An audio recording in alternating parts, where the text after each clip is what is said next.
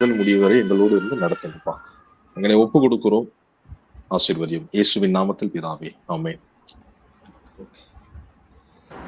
Okay, இந்த நாளிலும் sir James அவர்கள் தன் வகுப்பை தொடங்குவார்கள்.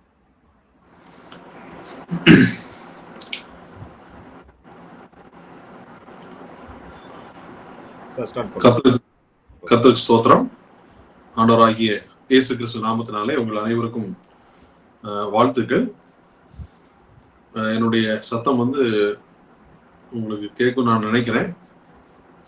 அப்படி ஒருவேளை கேட்கல அப்படின்னா எனக்கு நீங்க சொல்லலாம். சரி, உங்களுடைய அசைன்மெண்ட் எல்லாமே நான் கிட்டத்தட்ட எல்லாம் பார்த்துட்டேன். 5 மணி வரைக்கும் அனுப்பிச்சிருந்தீங்க அப்படின்னா நான் எல்லாமே எல்லா அசைன்மெண்ட்டையுமே ஒரு டைம் பார்த்தேன். பார்த்ததுல ரொம்ப அருமையாக உங்களுடைய புரிதல் இருக்கிறது அப்படிங்கிறதுல எனக்கு சந்தோஷம். இப்பொழுது நாம இன்னும் கொஞ்சம் தெளிவாக நாம இந்த கதைகளை, வேத கதைகளை எல்லாம் நாம சூஸ் பண்றோம். இது எதன் அடிப்படையில நம்ம சூஸ் பண்றோம் அப்படிங்கிறத நம்ம கொஞ்சம் புரிந்து கொள்வதற்கு ஒரு வேத பகுதியை நாம எடுத்துக்கொள்வோம். முதலாவதாக வேத பகுதி என்ன அப்படின்னா 2 தீமோத்தேயு 3ஆம் அதிகாரத்தை நாம் எடுத்துக்குவோம். 2 தீமோத்தேயு 3ஆம் அதிகாரம். ஒரு சில கேள்விகளை நான் கேட்க போகிறேன். நீங்க பதில் சொல்ல போறீங்க இந்த வேத பகுதியை பார்த்து. மற்ற வகுப்புகள்ல இந்த பகுதியை நீங்க கண்டிப்பா படிச்சிருப்பீங்க. நமக்கு தெரிந்த ஒரு வேத பகுதி தான். 2 தீமோத்தேயு 3ஆம் அதிகாரம் வசனங்கள் 15 முதல் 17 வரை அந்த வேத பகுதியை எல்லாரும் எடுத்துக்கலாம். எடுத்துட்டீங்கன்னா எல்லாரும் முதல்ல எடுத்துக்கோங்க. எடுத்ததுக்கு அப்புறம் யாராவது ஒருவர் இந்த 3 வசனங்களையும் சத்தமாக வாசிக்குமாறு நான் கேட்டுக்கொள்கிறேன். 2 தீமோத்தேயு 3 15 இருந்து 17 வரைக்கும். பற்றும் விசுவாசத்தினாலே உன்னை ரட்சிப்புக்கேற்ற ஞானமுள்ளவனாக்கத்தக்க பரிசுத்த வேத எழுத்துக்களை நீ சிறு வயது முதல் அறிந்தவன் என்று உனக்கு தெரியும். வேத வாக்கியங்கள் எல்லாம் தேவ ஆவியினால் அருளப்பட்டிருக்கிறது.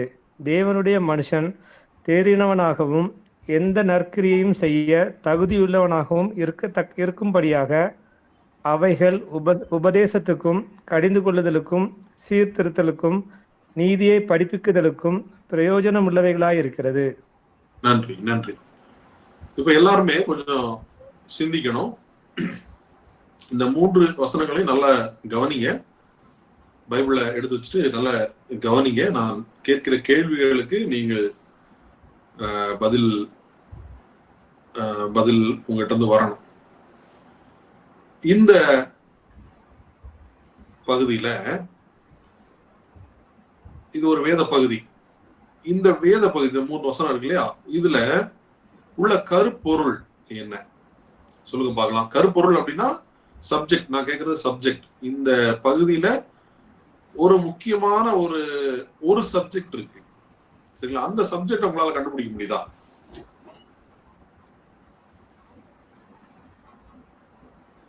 கண்டுபிடிச்சவங்க சொல்லலாம்.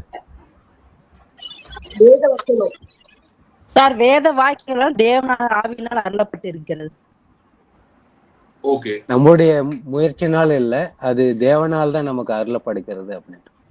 ஓகே, ரட்சிப்புக்கேற்ற ஞானம் அல்லது. சரி, நான் இன்னொரு டைம் நான் என்னுடைய கேள்வியை சொல்லிடுறேன். ஒரு சிலவங்க பதில கரெக்டாவே சொல்லிட்டீங்க. அதாவது நான் கேட்டது இந்த 3 வசனங்கள்ல ஒரு விஷயம் காமனா இருக்கும். ஒரே ஒரு விஷயம் இந்த 3 வசனங்கள்லயுமே காமனா இருக்கும் பொதுவாக. அது என்ன அப்படின்னா வேத வசனம். ஒரு சிலர் சொன்னீங்க வேத வசனம். இந்த வேத வசனமானது ஒரு மனிதனுடைய வாழ்க்கையில என்ன செய்யுது, அதுதான் இந்த வேத பகுதியில நாம பாக்குறோம். இப்ப 15வது வசனத்துல பாத்தீங்கன்னா இந்த வேத வசனம் ரட்சிப்பை கொடுக்கிறது. கரெக்டா? சரிதானே? ரைட். அப்படின்னா என்ன அர்த்தம்? ஒரு மனிதனுக்கு அல்லது ஒரு அவிசுவாசின்னு வச்சுக்கலாமே. ஒரு அவிசுவாசிக்கு முக்கியமான தேவை என்ன அப்படின்னா அது ரட்சிப்பு. அவன் நரக தண்டனையிலிருந்து காப்பாற்றப்படணும். அதுதான் அவனுக்கு இருக்கிற தேவைகளில் எல்லாம் மிகப்பெரிய தேவை. என்ன அப்படின்னா அதுதான் ரட்சிப்பு. அந்த ரட்சிப்பை கொடுப்பது என்ன அப்படின்னா தேவனுடைய வார்த்தை. சரிங்களா? சரி, முதல்ல தேவனுடைய வார்த்தையானது எதை தருகிறது? ரட்சிப்பை தருகிறது. அது வந்து 15ஆம் வசனத்துல நமக்கு இருக்கு.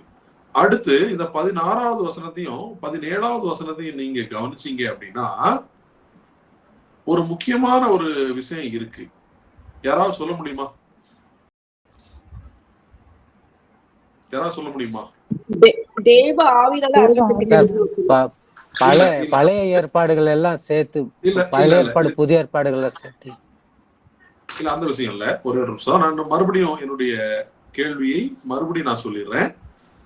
முதல்ல நான் சொன்னது வேத வார்த்தை ரட்சிப்பை தருகிறது. அடுத்து நம்பர் 2, வேத வார்த்தை இன்னொரு காரியத்தை நமக்கு தருகிறது. அது என்ன? 16வது வசனம் 17ஆம் வசனம். யாராவது சொல்லுங்க. ஒரே ஒரு கட்டுத்தருங்க சார். நற்கிரியை செய்யறதுக்கு நீதியை ரைட். அதாவது நான் மறுபடியும் சொல்றேன். அதாவது முதல்ல நான் வந்து 15ஆம் வசனத்துல சொல்லிட்டேன் வேத வார்த்தை ரட்சிப்பை தருகிறது. ஒரே வார்த்தையில இதே மாதிரி 16வது 17ஆம் வசனத்தையும் 16ஆம் வசனத்திலையும் ஒரே வார்த்தையில அடக்கணும் அப்படின்னா என்ன வார்த்தை சொல்லுங்க பார்க்கலாம்? தேவ மனுஷன் தேறுவதற்கு, தேவனுடைய மனுஷன் தேறினவனாகும், எந்த நற்கிரியும் இருக்கும்படியாக தேறினவனாகும். சரி, இருங்க ஒரே நிமிஷம். பதில் அங்க இல்ல. நீங்க நான் எதிர்பார்க்கிற பதில் அங்க இருக்கு, ஆனா அங்க எழுதப்படல.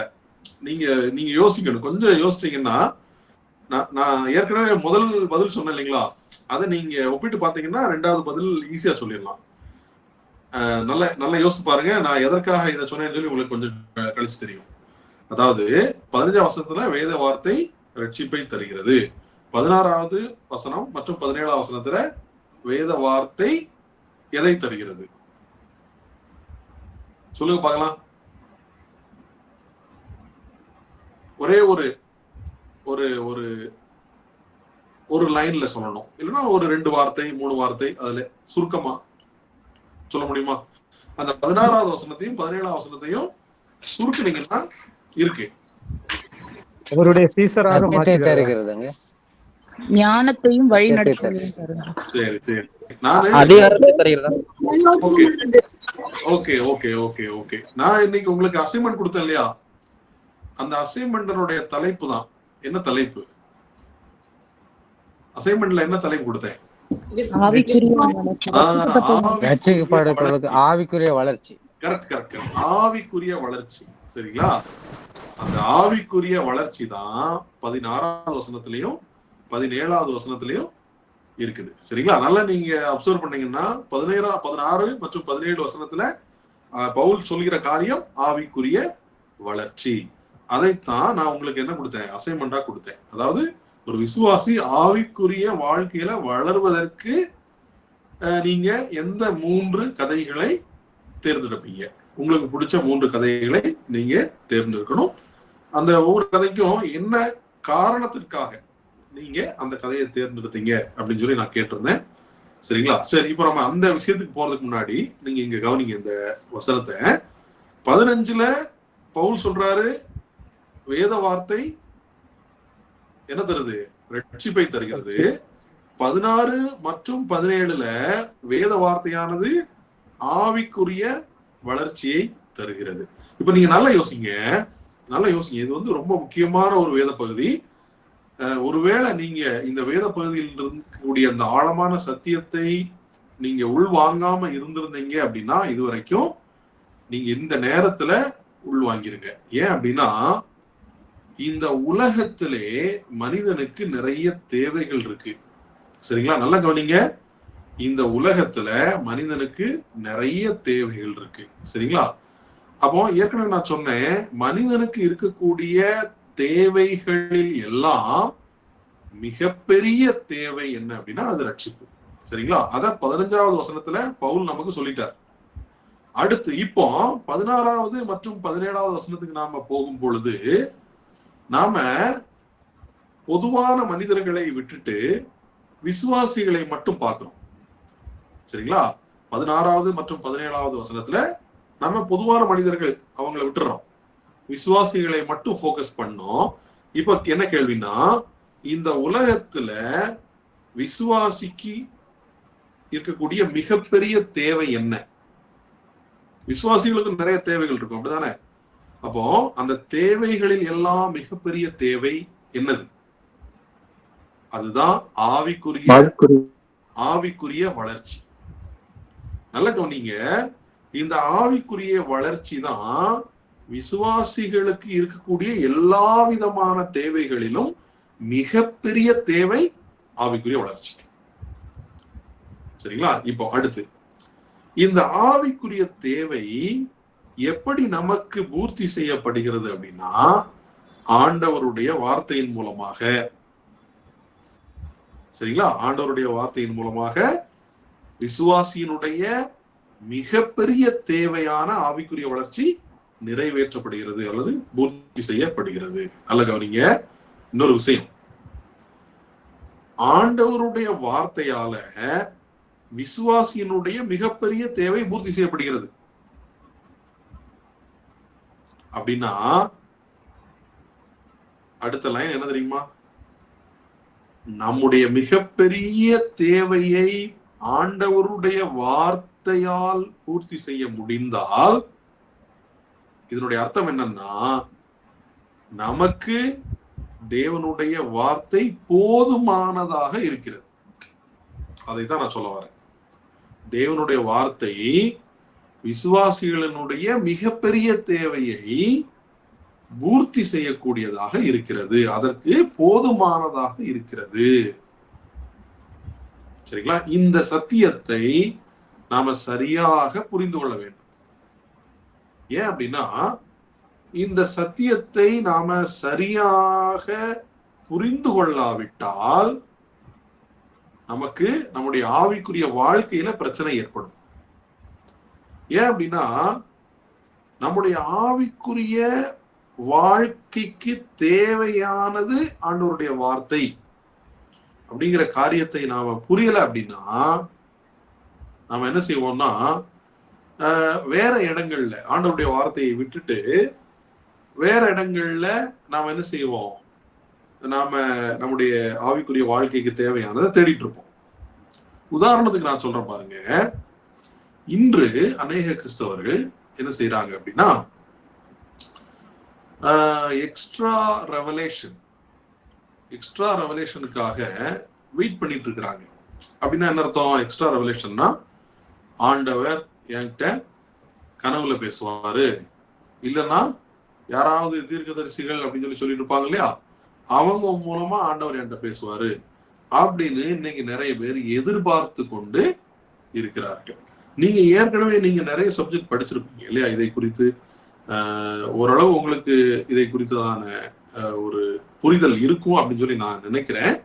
அப்படி ஒருவேளை இல்லை அப்படின்னா இந்த வசனமானது நமக்கு அநேக காரியங்களை கற்றுத்தருகிறது. அதுல முக்கியமானது என்ன அப்படின்னா, நம்முடைய அதாவது விசுவாசியினுடைய மிகப்பெரிய தேவையான ஆவிக்குரிய வாழ்க்கைக்கு வேத வசனங்கள், அதாவது கொடுக்கப்பட்ட வேத வசனங்கள், அதை புரிஞ்சுக்கணும். நாம ஏற்கனவே நமக்கு கொடுக்கப்பட்ட ஆண்டவரால் கொடுக்கப்பட்ட வேத வசனங்கள் போதுமானதாக இருக்கிறது. சரிங்களா? இதைத்தான் நாம ஆங்கிலத்துல சஃபிஷியன்சி ஆஃப் ஸ்கிரிப்சர் அப்படின்னு சொல்லுவோம். அதாவது வேத வசனங்களினுடைய போதுமை தன்மை, இது நமக்கு போதும். அப்போ நல்லா யோசிங்க, 16வது வசனத்தை பாத்தீங்களா? 16வது வசனம், அதுல 2வது லைன் பாருங்க, தேவனுடைய மனுஷன் அப்படின்னா யாரு? விசுவாசி. ஒரு விசுவாசி தேறினவனாக மாறுவதற்கு எது போதும்? ஆண்டவருடைய வார்த்தை போதும். அதே மாதிரி எந்த நற்கிரியைகளும் அப்படின்னா எல்லா நற்கிரியைகளையும், சரிங்களா, எல்லா நற்கிரியைகள்லாம் இங்க இன்க்ளூடிங் த மினிஸ்ட்ரி, நம்முடைய ஊழியம் உட்பட எல்லா விதமான நற்கிரியைகளையும் ஒரு விசுவாசியால் செய்வதற்கு வேத வசனம் போதுமானதாக இருக்கிறது. அப்போ நல்லா யோசிங்க, எப்பொழுதுமே நீங்க ஆண்டவருடைய வார்த்தையை நாம பேசும் பொழுது இந்த 2 காரியங்களை நாம் மனதிலே வைத்துக் கொள்ள வேண்டும். முதலாவதாக வேதவசனம் ரட்சிப்பை தருகிறது. அடுத்து வேதவசனமானது ஆவிக்குரிய வளர்ச்சியை தருகிறது. சரி, இப்போ போன வாரத்துல உங்களை நான் கதைகள் 3 கதைகளை தேர்ந்தெடுத்து, அதாவது ரட்சிப்பிற்கு ஒரு சுவிசேஷம் சொல்வதற்கான 3 கதைகளை எடுக்க சொன்னேன். சரிங்களா?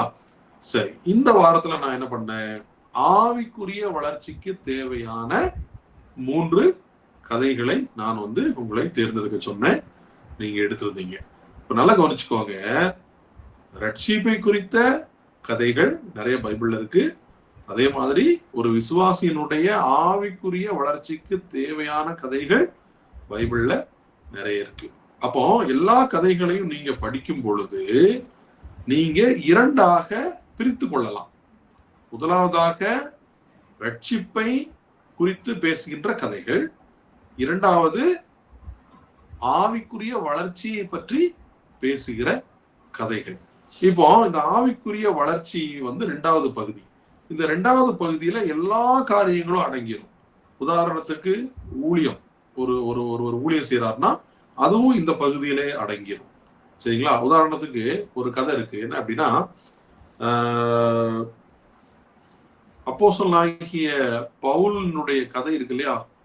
அப்போஸ்தலருடைய நடவடிக்கைகள் 9ஆம் அதிகாரத்துல ஆண்டவர் பவுலை, நீங்க எடுக்க வேண்டாம், பைபிள் எடுக்க வேண்டாம், இப்ப எடுக்க வேண்டாம், நீங்க கவனிச்சுக்கோங்க, எடுக்கலாம் தப்பு இல்லை. உங்களுக்கு அந்த கதை தெரியும், அதனாலதான் நான் எடுக்க வேண்டாம் அப்படின்னு. அதாவது அப்போஸ்தலனாகிய பவுலை தமஸ்குக்கு போற வழியில ஆண்டவர் சந்தித்து பவுல் ரட்சிக்கப்படுறாரு. அதே நேரத்துல அவருடைய ஊழியத்திற்கும் அங்க அழைக்கப்படுறாரு.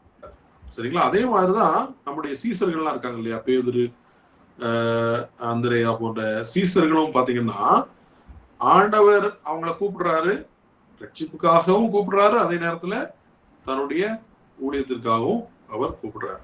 சோ அதனால நான் என்ன சொல்ல வரேன் அப்படின்னா, இந்த ஆவிக்குரிய வளர்ச்சி அப்படிங்கிற அந்த 2வது பகுதியில, அதாவது கிறிஸ்தவ வாழ்க்கையினுடைய எல்லா காரியங்களும் அதுல அடங்கிரும். கிறிஸ்தவ வாழ்க்கையினுடைய எல்லா காரியங்களும் எங்க அடங்கிரும்? இந்த ஆவிக்குரிய வளர்ச்சி என்கிற இந்த 2வது பகுதியில அடங்கிரும். சோ ஆகையினால நீங்க எப்பொழுது கதையை நீங்க வேதத்திலிருந்து தேர்ந்தெடுத்தாலும் 2ஆ பிரிச்சுக்கோங்க. சரிங்களா? இந்த கதைகள் ரட்சிப்பை குறித்து பேசுமா அல்லது ஆவிக்குரிய வளர்ச்சியை குறித்து பேசுமா? ஒருவேளை இந்த கதைகள் ஆவிக்குரிய வளர்ச்சியை குறித்து பேசும் அப்படின்னா என்ன வகையான ஆவிக்குரிய வளர்ச்சி அப்படிங்கறத நீங்க புரிந்து கொள்ள வேண்டும். முதலாவதாக, எப்பொழுதுமே ஒரு கதையை நீங்க தேர்ந்தெடுக்கும் பொழுது நல்லா கவனிச்சுக்கோங்க, ரொம்ப முக்கியமான ஒரு காரியம். ஒரு கதையை நீங்கள் தேர்ந்தெடுக்கும் பொழுது உங்களுடைய ஆடியன்ஸ், அதாவது உங்களை கேட்கிறவர்கள் யார் என்பதை சரியாக புரிந்து கொள்ள வேண்டும். நம்மை கேட்கிறவர்கள் யார், அவர்களுடைய சூழ்நிலை என்ன? நம்மை கேட்கிறவர்களை குறித்து சரியான புரிதல், சரியான அறிதல் நமக்கு இல்லை அப்படின்னா நம்முடைய கதை சொல்லுதல் ஊழியமானது வெற்றிகரமாக இருக்காது. சரிங்களா?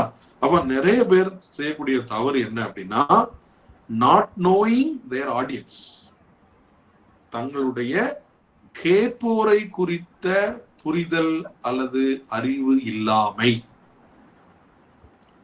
சோ ஆகினால நீங்க யார்கிட்ட வேத கதையை நீங்க சொல்றீங்களோ அவர்களை குறித்து, அவர்களுடைய சூழலை குறித்து, அவர்களுடைய பிரச்சனைகள் என்ன, பிரச்சனைகள் அப்படின்னா அதாவது விசேஷமாக ஆவிக்குரிய பிரச்சனைகள். சரிங்களா? அதனால கவனிச்சுக்கணும், அவர்களுடைய ஆவிக்குரிய சூழல் என்ன, அவங்க ரட்சிக்கப்பட்டிருக்காங்களா இல்லையா, ஒருவேளை ரட்சிக்கப்பட்டிருந்தாலும் அவர்களுக்கு என்ன தேவை, இப்போ ஒரு குழந்தைக்கு நாம சோறு ஊட்டும் பொழுது அந்த குழந்தைக்கு என்ன தேவை அப்படிங்கிறத அறிந்து நாம ஊட்டணும் இல்லையா? அது ரொம்ப முக்கியம்.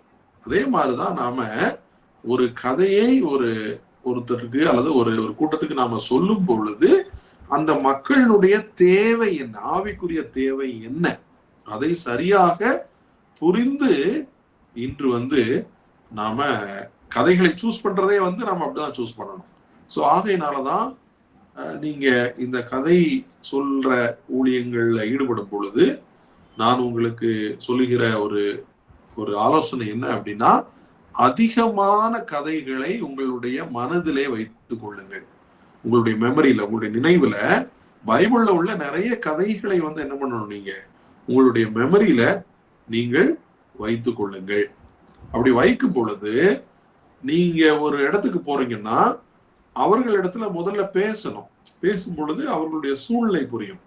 அப்ப என்ன பண்ணணும், அவர்களுடைய சூழ்நிலைக்கு ஏற்ற ஒரு கதையை என்ன செய்யணும், நீங்க டக்குன்னு அங்க போய் சூஸ் பண்ணிடணும். அதாவது நிறைய பேர் பண்ற இன்னொரு தப்பு என்ன அப்படின்னா, வீட்டுல இருந்து போகும்போதே ஒரே ஒரு கதையை தான் ப்ரிப்பேர் பண்ணிட்டு போவாங்க. அந்த ப்ரிப்பேர் பண்ற கதையை மட்டும் சொல்லிட்டு ஓடி வந்துருவாங்க. அது அப்படி கிடையாது. எப்பொழுதுமே நாம இந்த கதைகளை வைத்து நாம ஆண்டவருடைய வார்த்தையை சொல்லும் பொழுது நிறைய கதைகளை, அதாவது குறைந்தபட்சம் ஒரு 20 கதைகளையாவது நம்முடைய மனதிலே வைத்துக் கொள்ள வேண்டும். சரிங்களா? அந்த 20 கதைகளையாவது குறைந்தது, அதுக்கு மேல நம்ம தெரிஞ்சிருக்கணும். குறைந்தபட்சம் ஒரு 20 கதைகளையாவது நாம தெரிஞ்சிருந்தோம் அப்படின்னா அங்க போய் அந்த மக்கள்கிட்ட பேசி அந்த இடத்துல நமக்கு தெரியும் அவர்களுடைய தேவை என்ன, அவர்களுடைய ஆவிக்குரிய தேவை என்ன அப்படின்னு சொல்லி நமக்கு தெரியும். அந்த நேரத்துல நாம அவர்களுக்கு தகுந்த ஒரு கதையை நாம சூஸ் பண்ணலாம். உதாரணத்துக்கு பாத்தீங்கன்னா, யாரோ ஒருத்தர் தானியேல் 3ஆம் அதிகாரத்துல உள்ள கதையை தேர்ந்தெடுத்திருந்தீங்க. யாருன்னு சொல்ல முடியுமா? தானியேல் 3ஆம் அதிகாரத்தில் உள்ள கதையை தேர்ந்தெடுத்தது யாரு? எல்லாம் கவனிக்கிறீங்களா? தானியேல் 3ஆம் அதிகாரத்துல ஆமா ஆமா ஆமா ஆமா அதான் யாரு தேர்ந்தெடுத்தான்னு கேக்குறேன். யாரோ ஒருத்தர் தேர்ந்தெடுத்திருந்தீங்க. நான் ஒன்னு எழுதினேன் sir, Arul Selvi. Okay okay right right right right right okay okay thanks, நன்றி. சரி, நான் அந்த கதையை படிச்சேன். நீங்க மட்டும் தான் நினைக்கிறேன் அநேகமாக. அதாவது இந்த கதை, அதாவது நீங்க ஒரு வசனத்தையும் குறிப்பிட்டிருந்தீங்க. எனக்கு அது ரொம்ப பிடித்த வசனம். என்ன அப்படின்னா, அங்க அந்த கதையில முக்கியமான ஒரு காரியமே என்னன்னா அந்த வசனம் தான். அந்த வசனத்துல சாத்ராக், மேஷாக், ஆபேத்நேகோ என்ன சொல்றாங்க அப்படின்னா, எங்களுடைய தேவன் எங்களை காப்பாற்ற வல்லவராக இருக்கிறார். சரிங்களா? அத எல்லாருமே நார்மலா நாம எல்லாருமே சொல்லக்கூடிய காரியம் தான் இல்லையா? எங்களுடைய ஆண்டவர் எங்களை ரட்சிப்பார், எங்களை காப்பாற்றுவார். இதெல்லாம் ஓகே தான் நமக்கு. ஆனா அந்த வசனத்தினுடைய செகண்ட் பார்ட் இருக்கு பாத்தீங்களா, அது ரொம்ப முக்கியம். அங்கதான் நாம நிறைய நேரங்கள்ல மிஸ் பண்றது. அதாவது அவங்க என்ன சொல்றாங்கன்னா, ஒருவேளை, சரிங்களா, ஒருவேளை ஆண்டவர் எங்களை காப்பாற்றாம போனாலும், நல்லா கவனிச்சுக்கோங்க, ஆண்டவரால காப்பாற்ற முடியாதுன்னு சொல்லல. அவங்க என்ன சொல்றாங்க, ஒருவேளை ஆண்டவர் எங்களை காப்பாற்றாம போனா கூட நாங்க என்ன செய்ய மாட்டோம், நாங்க இந்த சிலையை வணங்க மாட்டோம் அப்படின்னு சொல்றாங்க. இந்த கதை இருக்கு பாத்தீங்களா, இந்த கதையை நீங்க பல ஆவிக்குரிய பாடங்களை கற்பிப்பதற்கு உபயோகிக்க முடியும். உதாரணத்துக்கு பாத்தீங்கன்னா, ஒரு கிறிஸ்துவுக்காக வைராக்கியமாக வாழுகிற ஒரு வாழ்க்கை. இப்போ நிறைய பேர் பாத்தீங்கன்னா கிறிஸ்துவுக்காக வாழ்றாங்க, ஆனா வைராக்கியமாக வாழக்கூடியவர்கள் குறைவு. இப்போ உங்களுக்கே தெரியும், நம்ம சபைகள்ல நிறைய பேர் வருவாங்க, ஆனா எல்லாருமே வைராக்கியமாக வாழக்கூடியவர்களாக இருக்க மாட்டாங்க இல்லையா? ஒரு சிலர் மட்டும்தான் வைராக்கியமாக வாழக்கூடியவர்கள். ஒரு சில போதகர்கள் கூட, உங்களுக்கு தெரியும், நான் சொல்ல வேண்டிய அவசியம் கிடையாது. இன்றைக்கு உங்களுக்கு தெரியுமா, தமிழ்நாட்டுல மட்டும் கிடையாது, இன்னைக்கு இந்தியாவுல, ஆந்திரா, கர்நாடகால போதகர்களுடைய எண்ணிக்கை பெருகிட்டே இருக்கு. இந்த உண்மை உங்களுக்கு தெரியுமான்னு சொல்லி எனக்கு தெரியல. போதகர்கள் வந்து நான் இன்னைக்கு பெருகிட்டே இருக்கிறாங்க. இன்னைக்கு ரட்சிக்கப்படுறாங்க, நாளைக்கு போதகர்கள் ஆயிடுறாங்க. அதான் இன்னைக்கு உள்ள நிலைமை. இன்னைக்கு ரட்சிக்கப்பட்டு நாளைக்கு போதகர்கள். ஏகப்பட்ட பாஸ்டர்ஸ் இன்னைக்கு. அதாவது மிஷினரிகள் குறைவு. இன்னைக்கு உள்ள சூழ்நிலை நல்லா கவனிச்சு பாருங்க. மிஷினரிகள் அதிகமா இல்ல. இன்னைக்கு யார் அதிகம்னா போதகர்கள் அதிகம், பாட்டு பாடுறவங்க அதிகம். எப்படி போயிட்டு இருக்கு பாருங்க நம்முடைய கிறிஸ்டியானிட்டி. பாட்டு இன்னைக்கு ரட்சிக்கப்பட்டு நாளைக்கு பாட்டு வந்துருது. அந்த அளவுக்கு இன்னைக்கு கிறிஸ்டியானிட்டி போயிட்டு இருக்கு நம்மளுடைய கிறிஸ்தவம். அதாவது நான் ஏன் சொல்றேன் அப்படின்னா, ஏகப்பட்ட போதகர்கள் இருக்காங்க. இந்த போதகர்களே வைராக்கியமாக வாழக்கூடியவர்கள் மிகவும் குறைவு. அதுதான் வருத்தப்படக்கூடிய ஒரு காரியம். அப்போ இந்த கதை இருக்கு பாத்தீங்களா, சாத்ராக் மேஷாக் ஆபேத்நேகோ, ரொம்ப முக்கியமான ஒரு கதை. இந்த கதையை நீங்க வந்து வைராக்கியம் இல்லாம வாழக்கூடிய கிறிஸ்தவர்கள் இருப்பாங்க பாத்தீங்களா, அவர்களுக்கு இந்த கதை மிக பொருத்தமான கதை. மிக பொருத்தமான கதை. சரிங்களா? இன்னொரு விஷயத்தை நான் சொல்ல விரும்புகிறேன் இந்த கதையை குறித்து. அதாவது இந்த கதையானது சாத்ராக் மேஷாக் ஆபேத்நேகோ கதை விசுவாசத்தினுடைய, நான் மறுபடியும் சொல்றேன், விசுவாசம் என்பது நம்ம நிறைய நேரங்கள்ல விசுவாசம் அப்படின்னாலே நம்முடைய விசுவாசிகள், நம்முடைய போதகர்கள் வந்து தவறாக புரிஞ்சுக்கிறாங்க. பிரியமானவர்களே, விசுவாசம் என்பது ஒரு காயின் மாதிரி. ஒரு காயின் இருக்கு இல்லையா, ஒரு நாணயம். ஒரு நாணயத்திற்கு எப்படி 2 பக்கம் இருக்கும், அதே மாதிரி விசுவாசம் என்பது 2 பக்கங்கள் கொண்ட ஒரு நாணயம் போல. அதைத்தான் வந்து இந்த கதையில நாம பார்க்கிறோம். முதலாவது பக்கம் எது தெரியுமா? இந்த நாணயத்தினுடைய முதலாவது பக்கம், ஆண்டவர் எங்களை காப்பாற்ற வல்லவர் அப்படின்னு சொல்லி நம்புறது.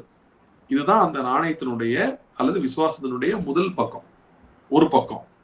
இன்னொரு பக்கத்தை நாம வந்து என்ன பண்ணிடுறோம், மறந்துடுறோம், இல்லைன்னா அதை வந்து புறக்கணித்து விடுறோம், இல்லைன்னா அதை பத்தி நினைக்கிறதே கிடையாது.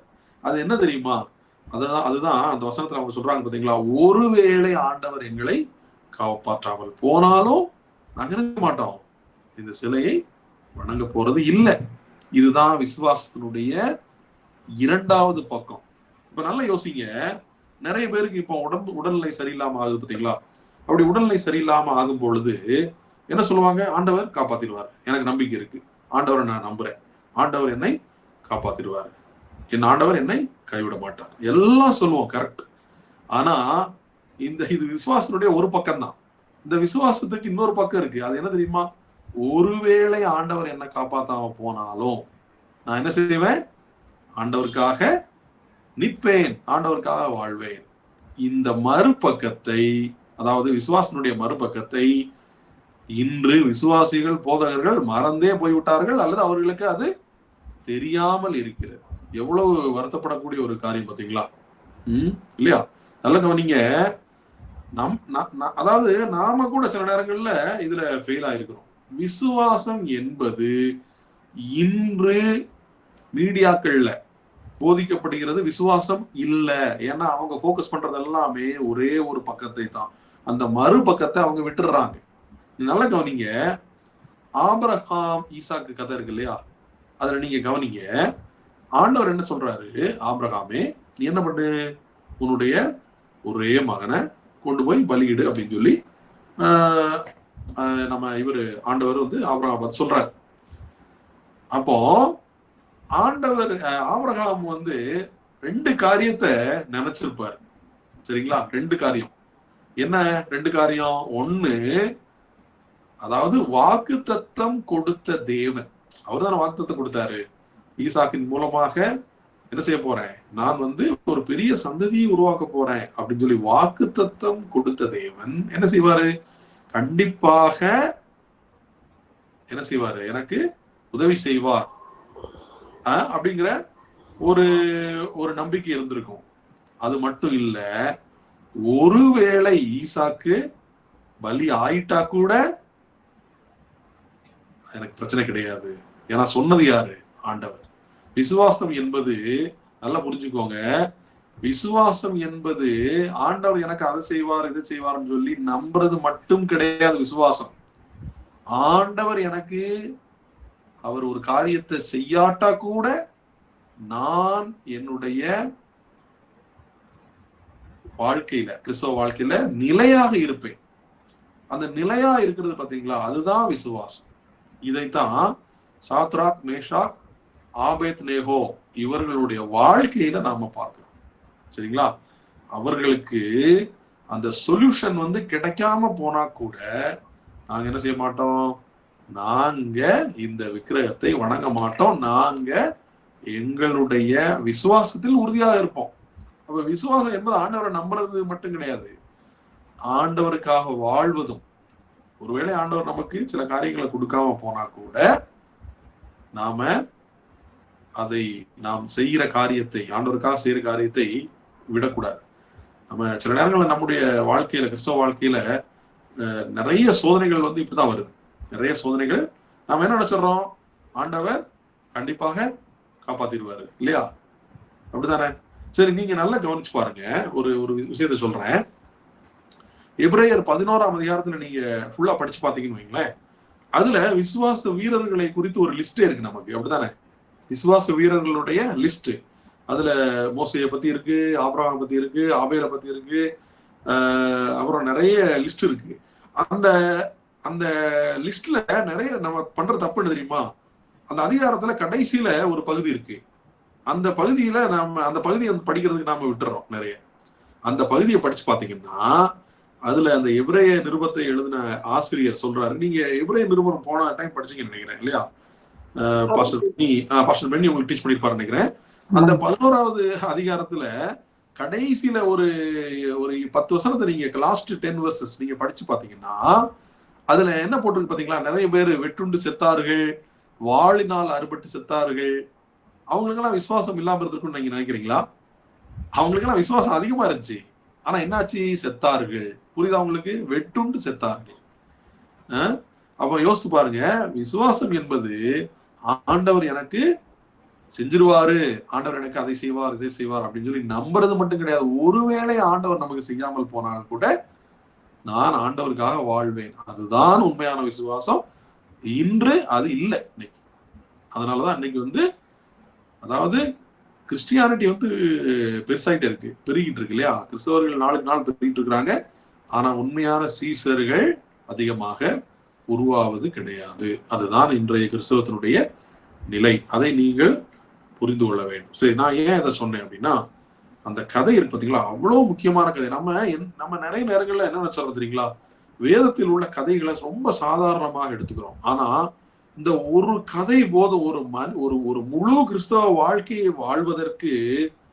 ஒரே ஒரு கதை போதும் நமக்கு. ஒரு கதை, நீங்க ஒரே ஒரு கதையை எடுத்து அந்த கதையை மட்டும் நீங்க பின்பற்றி வாழ்ந்தா போதும், நம்முடைய கிறிஸ்தவ வாழ்க்கையை நாம வெற்றிகரமாக வாழ்ந்து முடிச்சிடலாம். சரிங்களா? அப்போ கதைகள் என்பது ரொம்ப எஃபெக்டிவான காரியம். சரிங்களா? அதை நாம எளிதாக எடுத்துக்கொள்ளக்கூடாது. கதை தானே இது, சின்ன குழந்தைகளுக்கு சொல்ற கதை தானே அப்படின்னு சொல்லி நாம நினைச்சிடவே கூடாது. ஒரு காலத்துல நானும் அப்படி நினைச்சேன். சரிங்களா? ஆனா அப்படி கிடையாது. இந்த கதைகள் மிகவும் பயனுள்ளவைகள், ரொம்ப எஃபெக்டிவானவைகள். அதனால கதைகளை குறித்து சாதாரணமாக நீங்க எடுத்துக்கொள்ளக்கூடாது. அப்போ சாத்ராக், மேஷாக், ஆபேத்நேகோ கதையிலிருந்து நாம கற்றுக் கொடுக்கக்கூடிய இன்றைய விசுவாசிகளுக்கு கற்றுக் கொடுக்கக்கூடிய ஒரு அருமையான ஒரு பாடம் என்ன அப்படின்னா, கிறிஸ்துவுக்காக அல்லது ஆண்டவருக்காக வைராக்கியமாக வாழுதல்.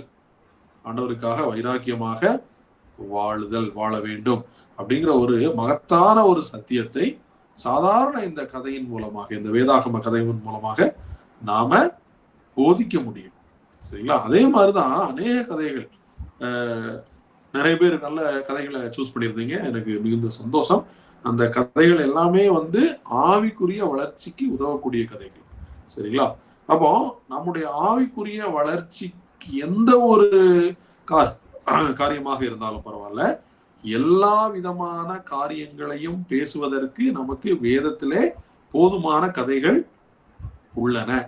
சரிங்களா? எந்த டாபிக் எடுத்துக்கோங்க, நீங்க எந்த டாபிக் வேணா எடுத்துக்கோங்களேன், கதை, அதை நம்ம பேசுவதற்கு நமக்கு வேதத்துல கதை இருக்கு. சரிங்களா?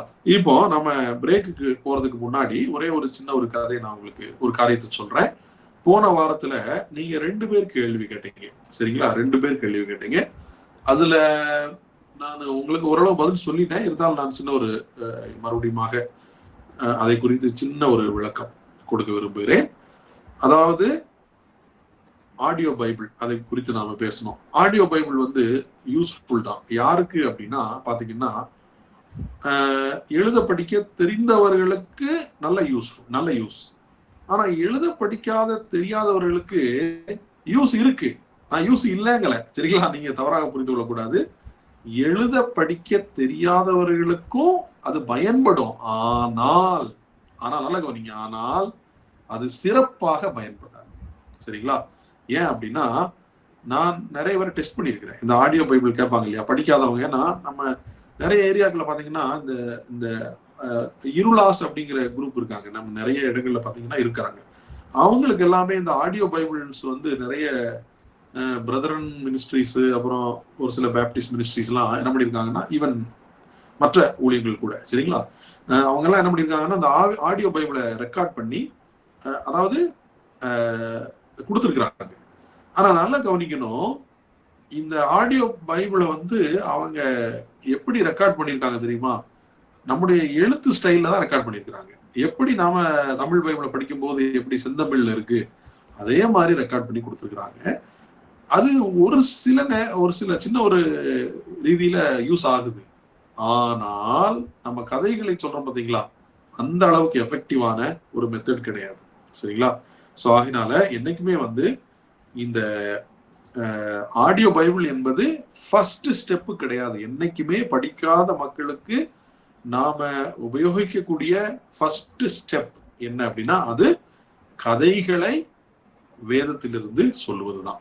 அதுதான் ஃபர்ஸ்ட் ஸ்டெப். அதுதான் எஃபெக்டிவா இருக்கும். அதுதான் அவங்க மறக்க மாட்டாங்க. அதாவது ரொம்ப எஃபெக்டிவா அவர்களுக்கு புரிகிற ரீதியில நாம சொல்லக்கூடிய கதைகள் தான் எப்பொழுதுமே முதல் ஸ்டெப்பாக இருக்கணும், சரிங்களா? சரி, இது ஒரு கேள்வி. அடுத்து ஓகே, ரைட்டு, சரி, இப்போதைக்கு போதும் நினைக்கிறேன். இப்ப நம்ம என்ன செய்யலாம் அப்படின்னா, நீங்க நம்முடைய 2வது பாடம் இருக்கு பாத்தீங்களா, நோட்ஸ்ல நான் உங்களுக்கு சொல்லியிருந்தேன் இல்லைங்களா, இன்னைக்கு வந்து 2வது பாடத்தை நம்ம டச் பண்ண போறோம். அந்த 2வது பாடத்தை எடுத்துக்கோங்க. உங்களுக்கு நான் சீக்கிரமே பிரேக் விட போறேன். அதுக்கு முன்னாடி கொஞ்ச நேரம் நாம பார்ப்போம். பாடம் 2 எடுத்துக்கோங்க. இதனுடைய தலைப்பு என்ன அப்படின்னா, முழு உலகத்திற்குமான தேவனுடைய வார்த்தை. இந்த டைட்டிலே பாத்தீங்கன்னா அவங்க கொஞ்சம் வித்தியாசமா வச்சிருக்கிறாங்க. முழு உலகத்திற்குமான தேவனுடைய வார்த்தை.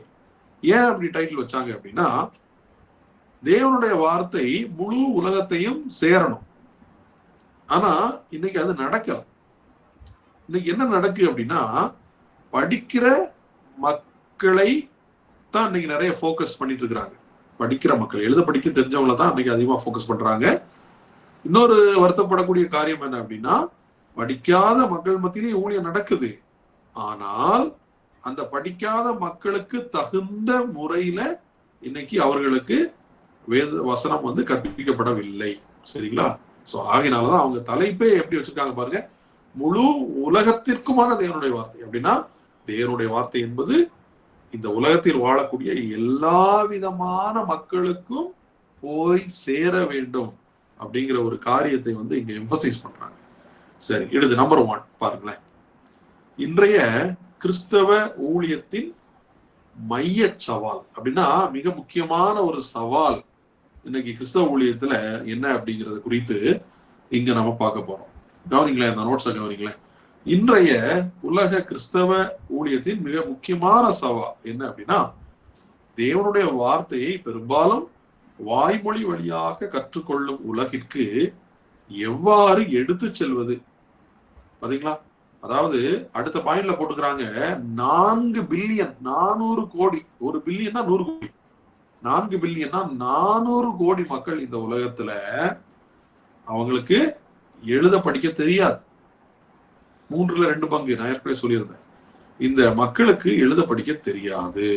அப்போ இந்த மக்கள் புரியக்கூடிய ரீதியில எப்படி ஆண்டவருடைய வார்த்தையை எடுத்து செல்வது, அதுதான் இன்றைக்கு மிகப்பெரிய ஒரு சவால், சரிங்களா? அடுத்து பாருங்களேன். இந்த ரெண்டாவது அதுல அந்த முதல் பாயிண்ட்ல ரெண்டாவது ஏற்கனவே படிச்சதுதான், உலகில் சுமார் 4 பில்லியன் மக்கள் மக்கள் வாசிப்பதை விட கேட்பது, பார்ப்பது, நினைவில் வைத்துக் கொள்வது. சரிங்களா? நல்லா கவனிங்க. ஒண்ணு கேட்கிறாங்க, அடுத்து பாக்குறாங்க, அடுத்து அவங்களுடைய காரியம் என்ன, நினைவில் வைத்து கொண்டு அவங்க கற்றுக்கொள்கிறார்கள்.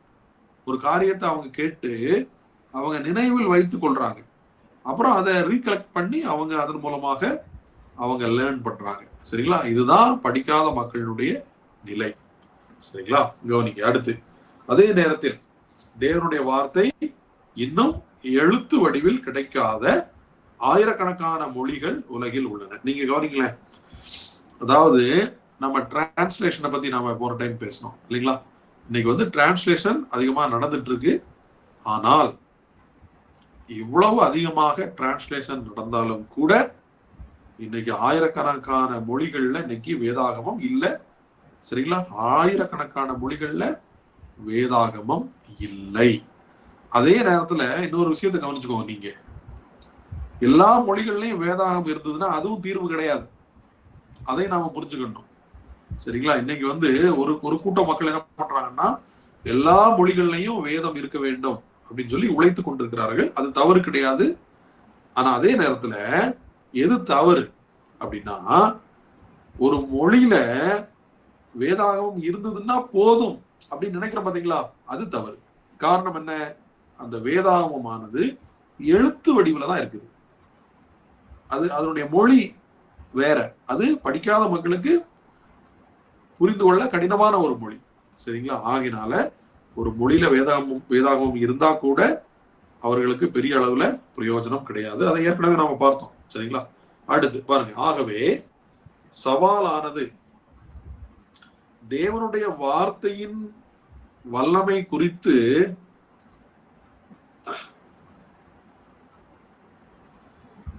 ஓகே, உங்களுக்கு எல்லாருக்கும் நோட்ஸ் கிடைச்சிருங்களா? இல்ல ஒரு சில மெசேஜ் அனுப்புறீங்க, நோட்ஸ் கிடைக்கலீங்களா? இல்லைங்க சார். சார் கிடைச்சிருக்கு. என்கிட்ட அந்த ஆப் இல்ல சார். இந்த எனக்கு பிடிஎஃப் தான் கிடைக்கும். அப்படிங்களா? சரி, நான் என்ன பண்றேன்னா, ஓகே இருங்க.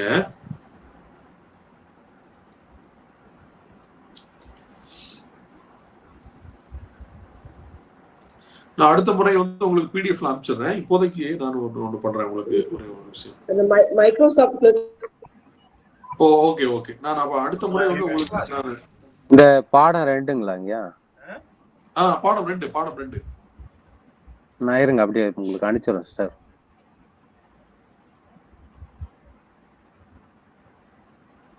அதை பிடிஎஃப் கன்வெர்ட் பண்ணி அனுப்பியிருக்கேன். அனுப்பிச்சிங்களா? ஓகே ஓகே, சூப்பர் சூப்பர், ரொம்ப நன்றி.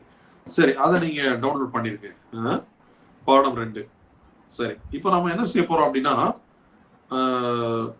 அடுத்த தொடர்ச்சியா நாம பார்ப்பதுக்கு முன்னாடி ஒரு 5 மினிட்ஸ் நாம பிரேக் எடுத்துக்கலாம். சரிங்களா? எல்லாரும் கரெக்டா 7:50க்கு மறுபடியும் ஜாயின் பண்ணிருங்க. 7:50க்கு ஜாயின் பண்ணிருங்க. ஒரு क्वेश्चन கேட்கலாமா சார்? நீங்க 7:50க்கு கேக்குறீங்களா? Okay, thank you. ஓகே ஒன்றும் பிரச்சனை இல்லை. 7:50க்கு கேளுங்க.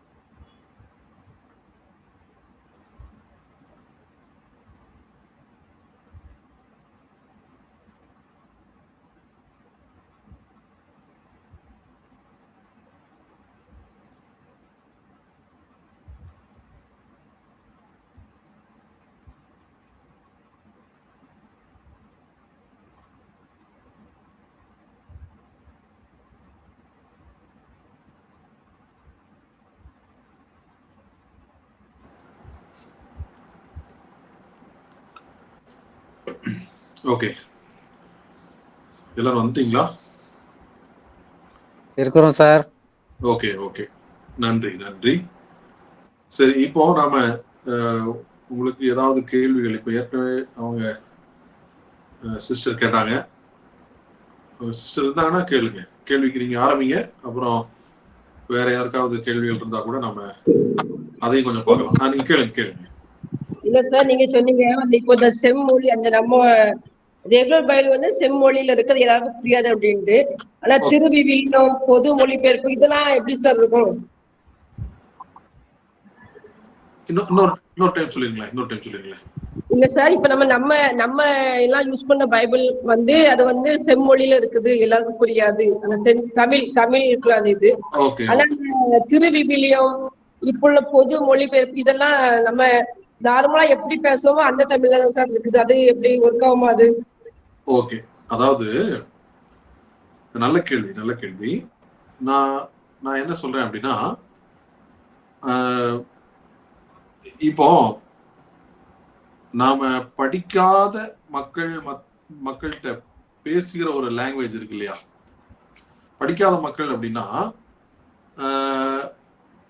ரொம்ப ரூரல் ஏரியாஸ் இருக்கு இல்லையா? ரொம்ப ரூரல் ஏரியாவில் இருக்கக்கூடிய மக்கள்கிட்ட நாம பேசுகிற ஒரு ஸ்டைல் இருக்கு இல்லைங்களா? அந்த ஸ்டைல்ல பேசும்போது அவங்களுக்கு புரியும். நாம இந்த பைபிள் லாங்குவேஜ் அப்படின்னா புக் லாங்குவேஜ், இது வந்து லிட்ரரி லாங்குவேஜ் இருக்கு இல்லையா?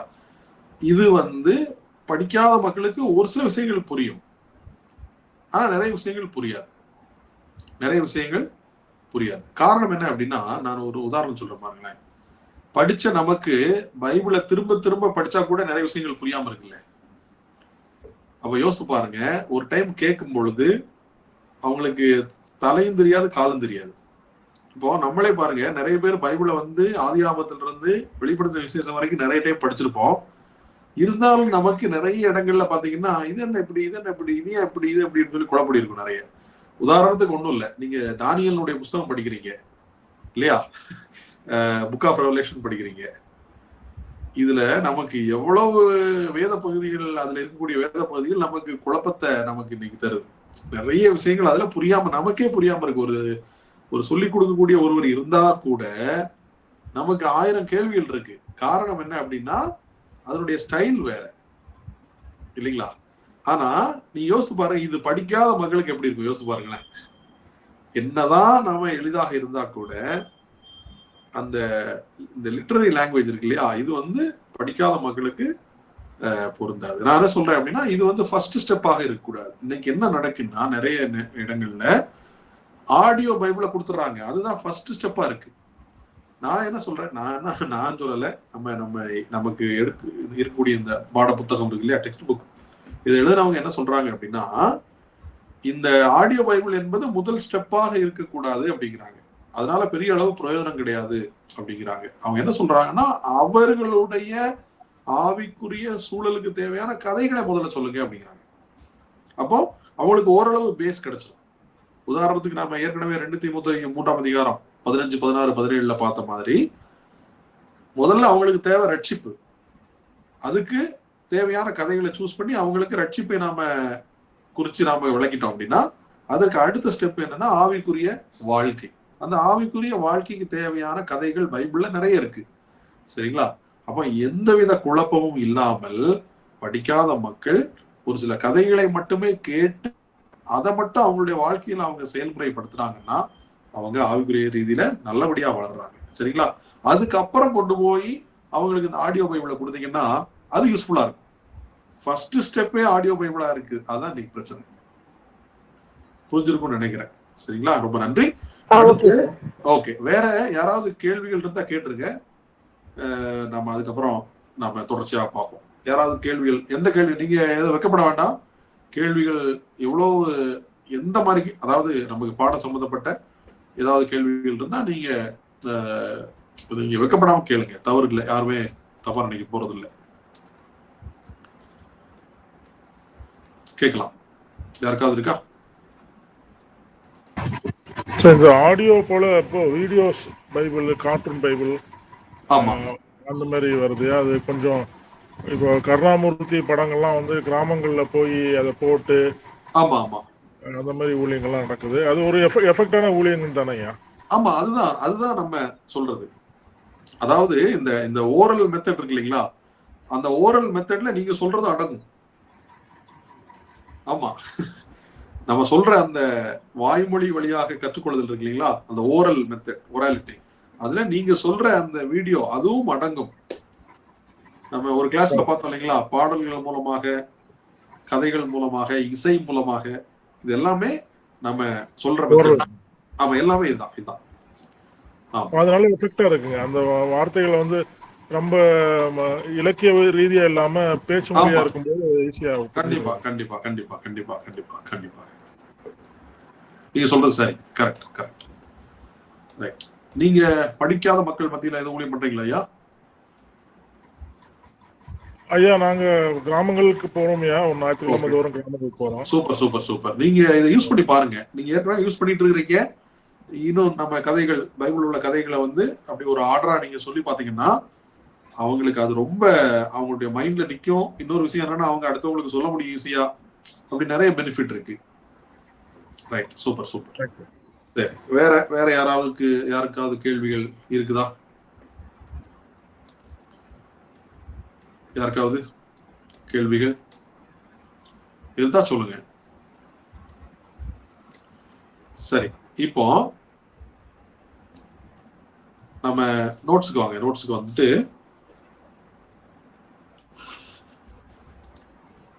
அதுல அந்த ஃபர்ஸ்ட் பாயிண்ட் இருக்கு இல்லையா, அதுல கடைசி லைனை மட்டும் பார்த்துட்டு நாம செகண்ட் பாயிண்ட்டுக்கு போயிடலாம். ஃபர்ஸ்ட் பாயிண்ட்ல ஆகவே சவாலானது இருக்கு பாத்தீங்களா, அதை பாருங்க. ஆகவே சவாலானது தேவனுடைய வார்த்தையின் வல்லமை குறித்து அல்ல, அந்த வார்த்தை எவ்வாறு தொடர்பு கொள்ளப்படுகிறது என்பதுதான் முக்கியம். நல்லா கவனிச்சுக்கோங்க.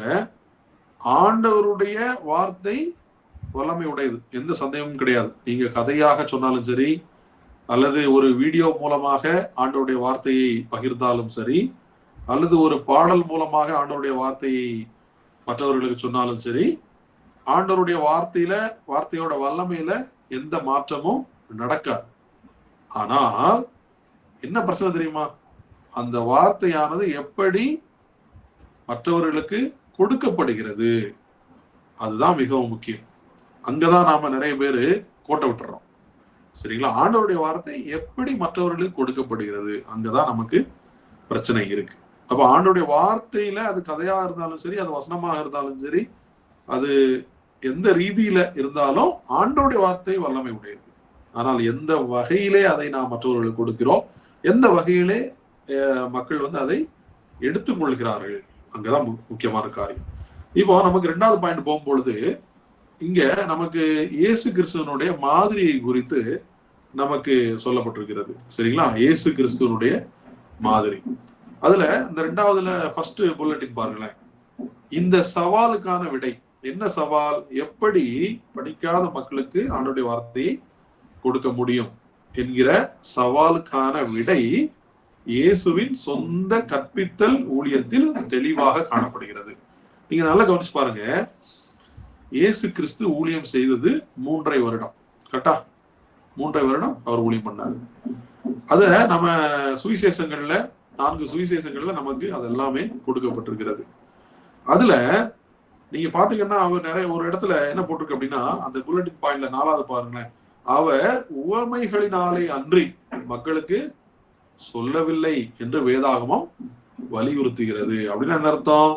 அவர் பெரும்பாலும் ஆண்டவருடைய வார்த்தையை பேசும் பொழுது உவமைகளினால் அவர் என்ன செய்தார், ஆண்டவருடைய வார்த்தையை பேசினார். காரணம் என்ன?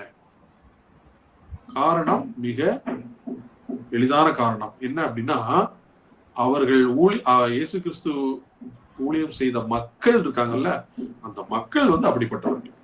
அந்த மக்களுக்கு தகுந்த முறை ஓமைகள் மூலமாக ஆண்டவருடைய வார்த்தையை சொல்வது. ஆகையினால அவர் என்ன பண்ணாரு, இந்த ஓமைகள் மூலமாக ஆண்டவருடைய வார்த்தையை அவர் வந்து சொன்னார்.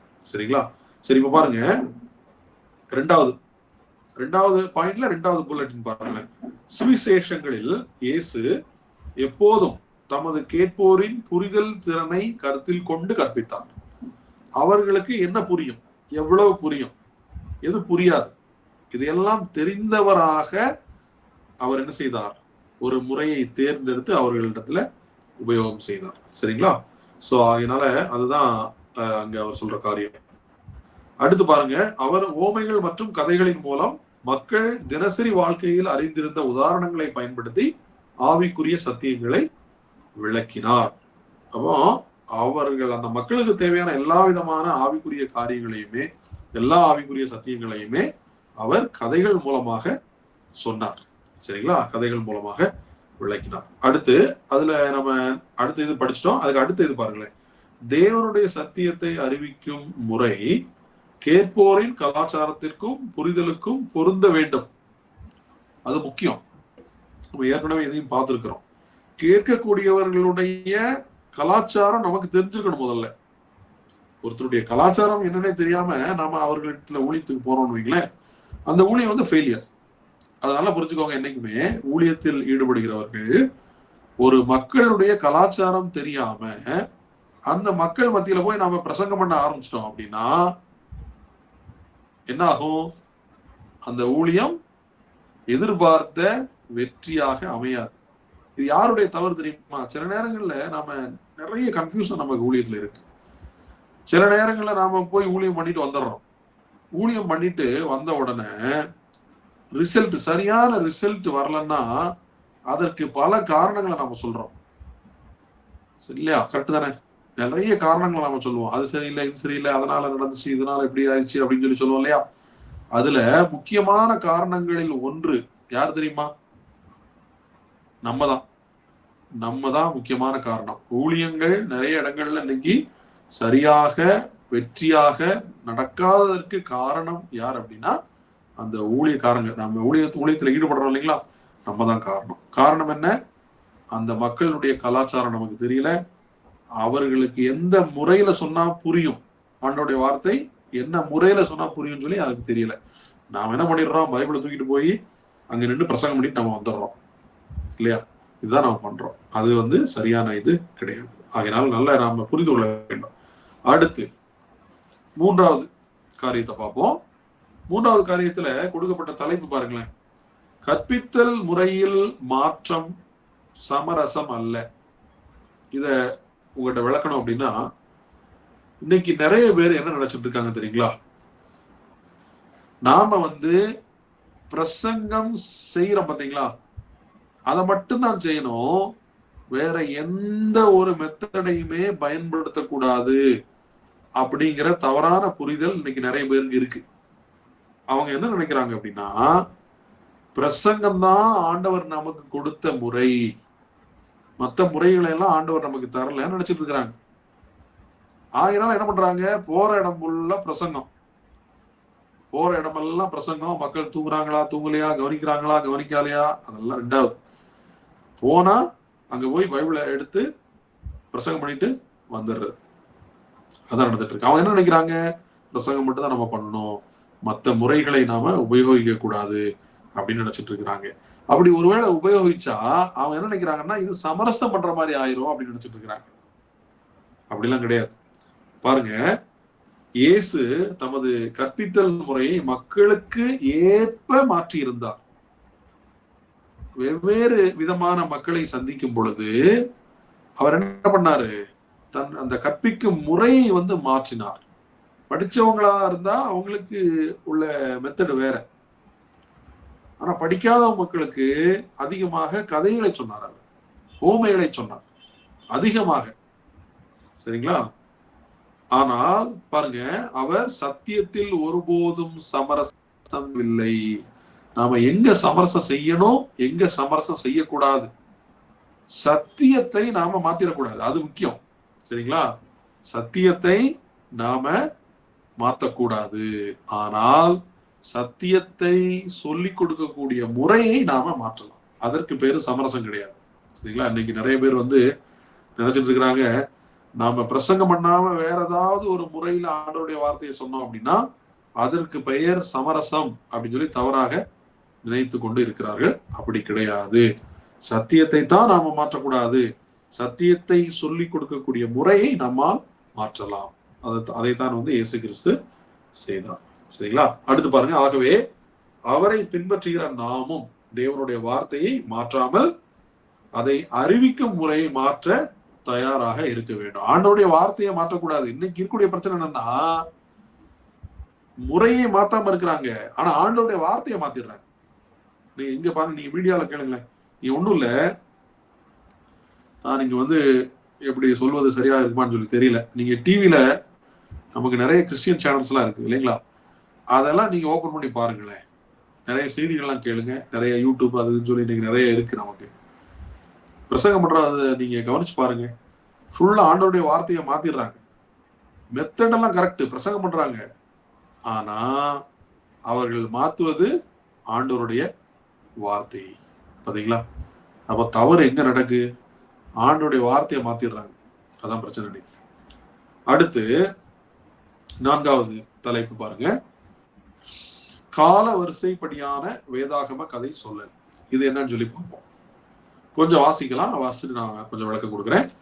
வாய்மொழி வழியாக கற்கிறவர்களுக்கு அப்படின்னா ஆங்கிலத்துல ஓரல் லேர்னர்ஸ், சுவிசேஷத்தை அறிவிப்பதற்கான மிகச்சிறந்த வழிகளில் ஒன்று கால வரிசைப்படியான வேதாகம கதை சொல்லல். உங்களுக்கு ஞாபகம் இருக்கும், நான் சொன்னேன் இல்லைங்களா, அன்னைக்கு அந்த 6 காரியங்கள் மூலமாக வேதத்தை சுருக்கமாக 6 தலைப்புகளின் கீழாக ஆங்கிலத்துல 6C அப்படின்னு சொல்லுவோம். ஏன் அப்படின்னா இதுதான் காரணம். படிக்காத மக்களுக்கு பைபிள் ஃபுல்லா என்ன இருக்குன்னு சொல்லி தெரியாது. அவங்களுக்கு நிறைய நேரங்கள்ல குழப்பம் இருக்கும். என்னடா அந்த புத்தகத்துல இருக்கு, இந்த புத்தகத்துல உள்ள சுருக்கத்தை யார் நமக்கு சொல்லி தருவா அப்படிங்கிற ஒரு ஏக்கம் படிக்காத மக்களுக்கு இருக்கும். சில நேரங்களில் நாம இதை பத்தி சிந்திக்கிறதே கிடையாது. நமக்கு படிக்க தெரியும், ஆகினால நாம நினைச்ச நேரமெல்லாம் எடுத்து பைபிள்ல என்ன இருக்கு, அங்க இருக்கு, என்ன இருக்குன்னு சொல்லி பாத்துருவோம். ஆனால் இந்த படிக்காத மக்கள் இருக்காங்க பாத்தீங்களா, அவங்க நீங்க கேட்டு பாருங்களேன். கேட்டாதான் அவங்களுக்கு தெரியும். அவங்களே சொல்லுவாங்க, இந்த புஸ்தகத்துல என்னதான் இருக்கு அப்படின்னு சொல்லி பல முறை நான் சிந்தித்து இருக்கிறேன் அப்படின்னு சொல்லி அவங்களே உங்ககிட்ட சொல்லுவாங்க. அதற்காகத்தான் நாம பார்த்த அந்த காரியம் இருக்கு பாத்தீங்களா, அன்னைக்கு நாம சிந்திச்சோம் இல்லைங்களா, வேதத்தை ஒரு 6 தலைப்புகளின் கீழாக சுருக்கி படிக்காத மக்களுக்கு ஒரு அரை மணி நேரத்துல இந்த வேதத்துல இதுதான் இருக்கு, சுருக்கமா நான் உங்ககிட்ட சொல்றேன் அப்படின்னு சொல்லி சொல்லக்கூடிய ஒரு காரியம் தான் அந்த வேதத்தை சுருக்கமாக சொல்லக்கூடிய முறை. அப்போ அந்த 6 ஹெட்டிங்கை நாம வரிசையாக கால வரிசைப்படி நாம சொல்லி அவங்களுக்கு நாம எக்ஸ்பிளைன் பண்ணோம் அப்படின்னா அவங்களுக்கு ஓரளவு புரிஞ்சிடும். பைபிள்ல இவ்வளவுதான் இருக்கு, இதுதான் விஷயம் பைபிள் முழுவதுமாக அப்படிங்கிற ஒரு ஓவரால் அண்டர்ஸ்டாண்டிங் அவர்களுக்கு கிடைத்து விடும். ஆகினாலதான் கால வரிசைப்படியான வேதாகம கதை சொல்லல் மிக முக்கியமானது. சரிங்களா? இப்போ உதாரணத்துக்கு நீங்க இதை சொல்லி கொடுக்கலன்னு வைங்களேன், படிக்காத மக்களுக்கு இந்த பைபிள் சுருக்கத்தை நான் ஏற்கனவே சொல்லி கொடுத்ததை நீங்க சொல்லலன்னு வைங்க, திடீர்னு ஒரு நாள் போய் ஆபிரகாம் ஈசாக் கதையை சொன்னீங்கன்னா அவங்களுக்கு எந்த காலகட்டத்துல இந்த சம்பவம் நடந்துன்னு சொல்லி அவங்களுக்கு தெரியாது, அவங்களுக்கு பொறுத்து தெரியாது. திடீர்னு ஒரு நாள் நீங்க போய் சாத்ராக் மேஷாக் ஆபேத்நேகோ கதையை சொல்றீங்க, அவங்களுக்கு தெரியாது, பொறுத்து தெரியாது, எப்போ நடந்தது இது அப்படின்னு சொல்லி தெரியாது. திடீர்னு போய் ஐஸ்வர்யவான் லாசரு கதையை சொல்றீங்க அல்லது இளையகுமாரன் கதையை சொல்றீங்க, எப்போ நடந்தது அப்படின்னு சொல்லி தெரியாது. அதற்குதான் மிக முக்கியம் என்னது அப்படின்னா கால வரிசைப்படியான வேதாகம கதை சொல்லல். இது மிக முக்கியம். அப்போ படிக்காத மக்கள் மத்தியில நீங்க ஊழியம் செய்யக்கூடியவர்களாக இருந்தீங்க அப்படின்னா அவர்களுக்கு நீங்க சொல்ல வேண்டிய முக்கியமான காரியங்களில் ஒன்று என்ன அப்படின்னா கால வரிசைப்படியாக வேதாகம கதை சொல்லல். அல்லது இன்னொரு விதத்துல நான் சொல்லணும் அப்படின்னா ஏற்கனவே நான் உங்களுக்கு சொல்லி கொடுத்தேன் இல்லைங்களா, அந்த வேதாகம சுருக்க உரை, அதை அவர்களுக்கு சொல்லி கொடுக்கும் பொழுது நீங்க அடுத்தபடியாக ஒரு கதையை சொல்லும் பொழுது உங்களுக்கு ஈஸியா சொல்ல முடியும். இது இந்த காலகட்டத்துல நடந்த கதை, அந்த காலகட்டத்தில் நடந்த கதை அப்படின்னு சொல்லி அவங்க புரிந்து கொள்வார்கள். அதற்கு இது மிகவும் முக்கியமான ஒரு காரியம். சரிங்களா? சரி, மறுபடியும் கவனிங்க. வாய்மொழி வழியாக கற்கிறவர்களுக்கு சுவிசேஷத்தை அறிவிப்பதற்கான மிகச்சிறந்த வழிகளில் ஒன்று கால வரிசைப்படியான வேதாகம கதை சொல்லல். இதில் நான் பார்த்து பாருங்க, சிருஷ்டிப்பில் இருந்து கிறிஸ்துவின் சிலுவை காரியங்கள் வரை, நான் அதனாலதான் நான் அந்த பாடத்துக்கு வர்றதுக்கு முன்னாடியே உங்களுக்கு நான் அதை சொல்லி கொடுத்துட்டேன். காரணம் என்ன அப்படின்னா இந்த பாடத்துக்கு வரும்பொழுது உங்களுக்கு இதை நான் சொல்லி கொடுக்காம இருந்தது உங்களுக்கு குழப்பமா இருக்கும். ஸோ அதனாலதான் அன்னைக்கு நான் சொல்லி கொடுத்தேன். சிருஷ்டிப்பில் இருந்து கிறிஸ்துவின் சிலுவை காரியங்கள் வரை கிட்டத்தட்ட 2ஆம் வருகை வரைக்கும் நமக்கு அந்த அதுல நம்ம பார்த்தோம். சரிங்களா? தேவனுடைய ரட்சிப்பின் திட்டத்தை வெளிப்படுத்தும் முக்கியமான கதைகள் ஒழுங்காக அப்படின்னா வரிசையாக தேர்ந்தெடுக்கப்படுகின்றன. இக்கதைகள் இயல்பான மொழியிலும் உள்ளூர் கலாச்சாரத்திற்கு ஏற்ற வடிவிலும் வாய்மொழியாக சொல்லப்படுகின்றன. அவர்களுக்கு புரிகிற விதத்துல நாம கதையாக அவர்களுக்கு என்ன செய்யணும், இதெல்லாம் சொல்லணும். சரிங்களா? அடுத்து, இதனால் கேட்பவர்கள் கதைகளை எளிதாக நினைவில் வைத்துக் கொள்ளவும் வாழ்க்கையில் பொருத்தி பார்க்கவும் பிறருக்கு சொல்லவும் முடிகிறது. நல்ல கவனிங்க, 3 விஷயம் நடக்குங்க. ஒரு கதையை கேட்கும் பொழுது அவர்களுக்கு 3 விஷயம் நடக்கு. சரிங்களா? நான் ஹைலைட் பண்ணிருக்க பாருங்க பிளாக் லெட்டர்ல. 1, நினைவில் வைத்துக் கொள்ள முடியும்.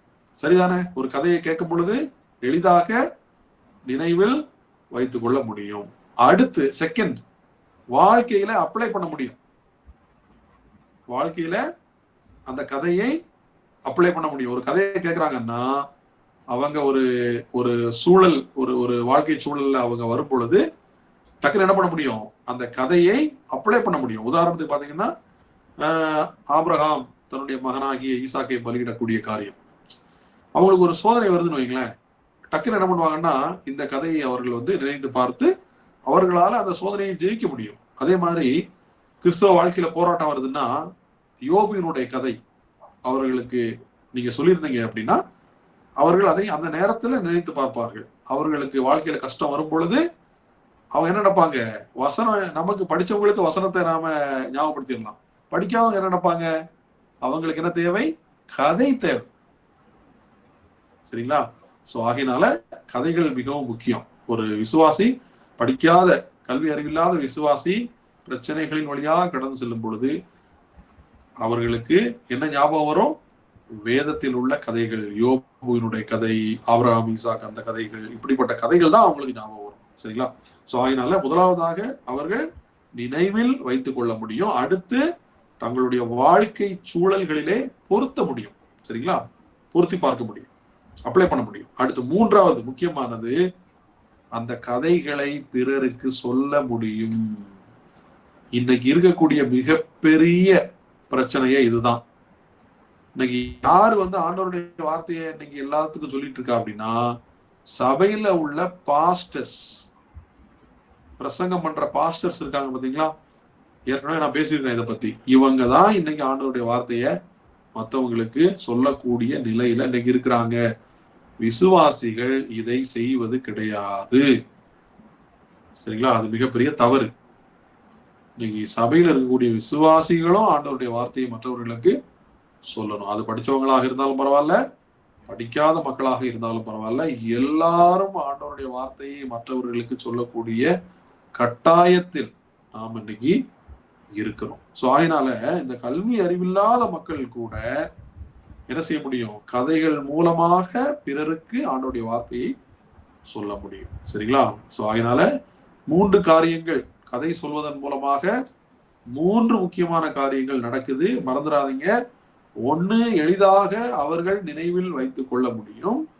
2வதாக, தங்களுடைய வாழ்க்கைகளிலே, வாழ்க்கை சூழல்களிலே எளிதாக பொருத்தி பார்க்க முடியும், அப்ளை பண்ண முடியும். 3வதாக, பிறருக்கு சொல்ல முடியும். சரிங்களா? சோ ஆகையினால இந்த கதைகள் மிக மிக முக்கியமானவைகள். இந்த கதை சொல்லல் என்பது மிகவும் முக்கியமானது. நம்பர் 5, கதை சொல்லல்.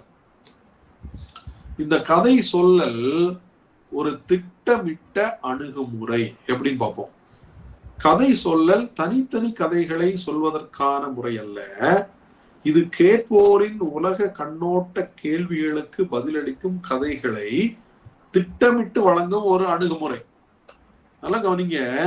நாம எப்பொழுதுமே ஒரு கதையை மக்களுக்கு சொல்லும் பொழுது அந்த கதையை எப்படி அவர்கள் தங்களுடைய வாழ்க்கையிலே பொருத்தி பார்க்க முடியும் அப்படிங்கிறதையும் சொல்லணும். அது மிகவும் முக்கியம்.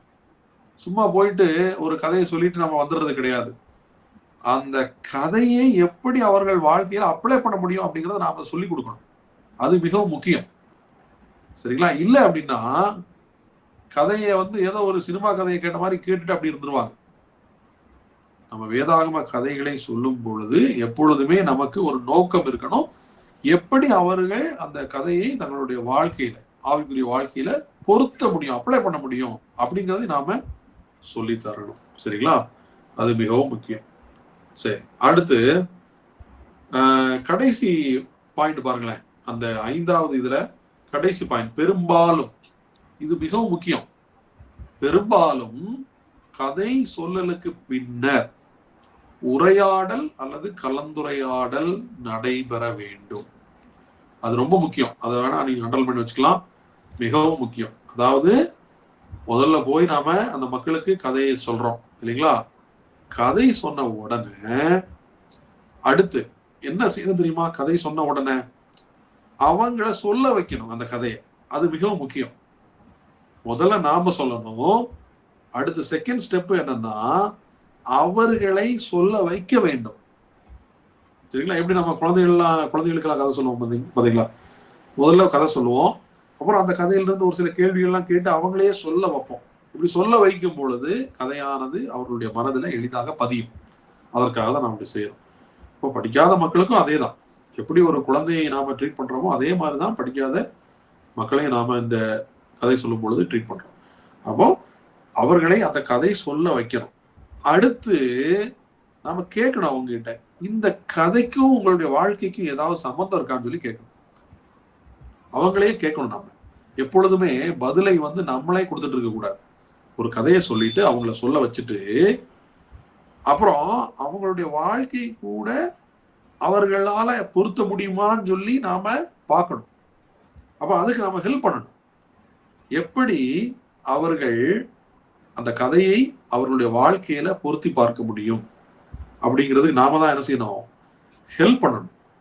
அதை நீங்க செக் பண்ணணும். எப்படி அவங்க ஹெல்ப் அதை பொருத்தி பார்க்குறாங்க, எப்படி அப்ளை பண்றாங்க அப்படின்னு சொல்லி பார்த்து உதவி தேவைப்பட்டால் நீங்க என்ன செய்யணும்? அவங்களுக்கு ஹெல்ப் பண்ணி இப்படி எல்லாம் நாம் அப்ளை பண்ணலாம் அப்படின்னு சொல்லி அந்த கதைகளுடைய பாடங்களை எப்படி தங்களுடைய வாழ்க்கையில அவர்கள் செயல்முறைப்படுத்தணும் அப்படிங்கிறத நாம வந்து என்ன செய்யணும்? அவங்களுக்கு ஹெல்ப் பண்ணணும். சரிங்களா? அது மிகவும் முக்கியம்.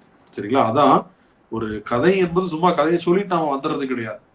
அந்த கதையை சொல்லி மறுபடியும் அவர்களை சொல்ல வைத்து அடுத்து அந்த கதையிலிருந்து ஒரு சில கேள்விகளை கேட்டு அந்த கதையை எப்படி தங்களுடைய வாழ்க்கையிலே அவர்கள் அப்ளை பண்ணணும் அப்படிங்கிறத நாம தான் அவர்களுக்கு ஹெல்ப் பண்ணணும். சரிங்களா? இதை நீங்க சரியா செஞ்சீங்க அப்படின்னா இந்த கதைகள் மூலமாக அவர்களுடைய ஆவிக்குரிய வாழ்க்கையை நீங்க கட்டி எழுப்ப முடியும். சரிங்களா? நீங்க வசனம் சொல்லி கொடுத்தா கூட மறந்துடுவாங்க. ஆனா வேத கதைகளை சரியாக நீங்க அவங்களுக்கு சொல்லி அவர்களுக்கு எப்படி அதை அப்ளை பண்ணணும்னு சொல்லி கொடுத்தீங்கன்னா 10 வருஷம் கழிச்சு நீங்க போய் கேட்டா கூட அவங்க சொல்லுவாங்க. அதுதான் இந்த முறையினுடைய சிறப்பு. சரிங்களா? சரி, இப்போ